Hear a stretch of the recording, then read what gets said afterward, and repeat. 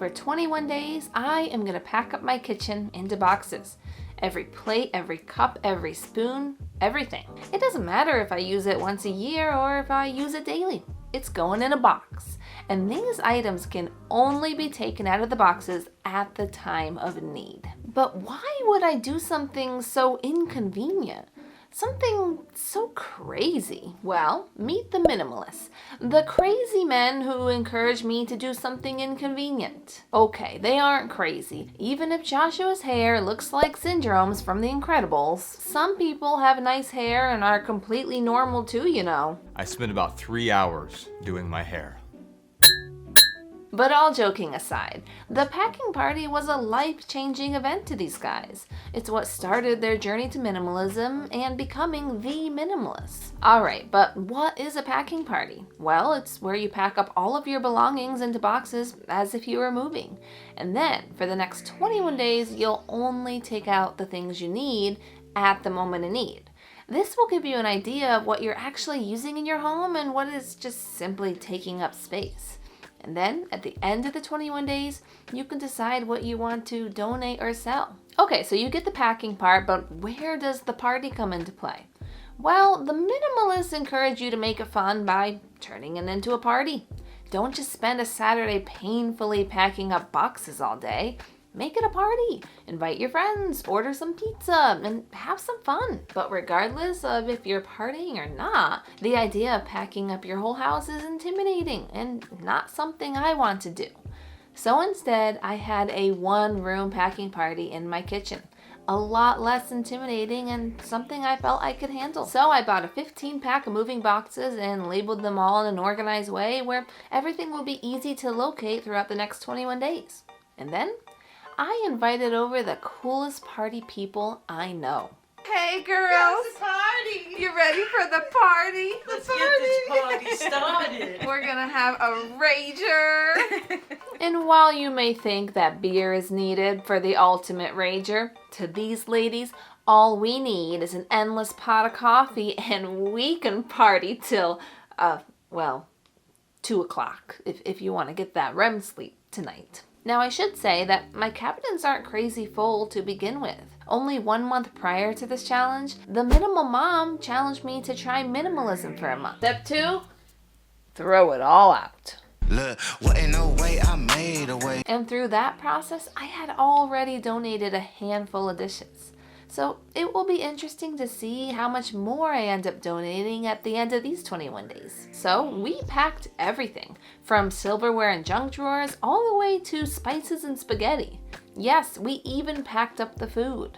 Well, not all the food in my home, mainly just the box stuff. Box 1 completed. 1 down, 14 to go. This process took quite a while. Okay, that's all you're putting in there? Yep.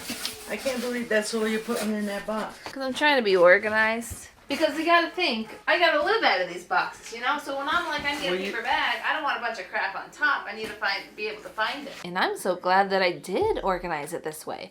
It made these 21 days just a little less stressful. Because when your kitchen is packed into boxes for 3 weeks, it may just drive you a little crazy. Now, it's important that with your packing party that you don't forget to party, because it's going to be a long day, and if you don't find a way to make it fun, then I don't know if you're going to get through this. 1 large pepperoni pizza, about 20 minutes. All right, thanks. Bye. 20 minutes till pizza. 20 minutes till pizza. So while we waited for our pizza, we danced. And beware. If you spend too many Friday nights kicking it with your mom and grandma, then you may begin to dance like them and nobody will ever invite you to a real rager again. Pizza's here! Hey. Delivery. And everybody knows that there is no true party without a pizza and wings. Cheers. I know, you want some of this pizza too, huh?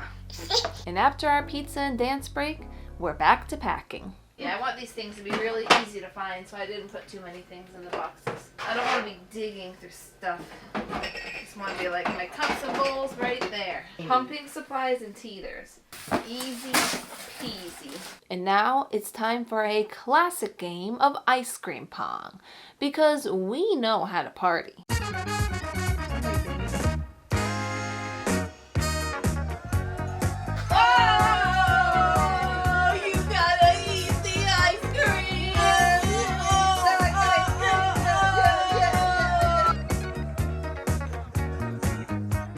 I love how she'll just do anything we ask of her, no matter how ridiculous.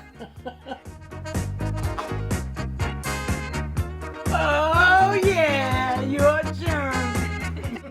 I'm gonna pee myself. This should be played at every party. That's right.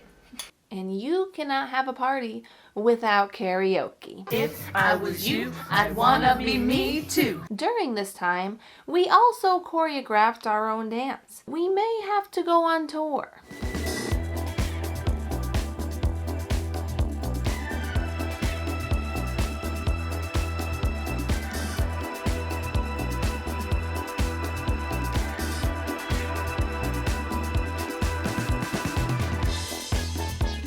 What a day.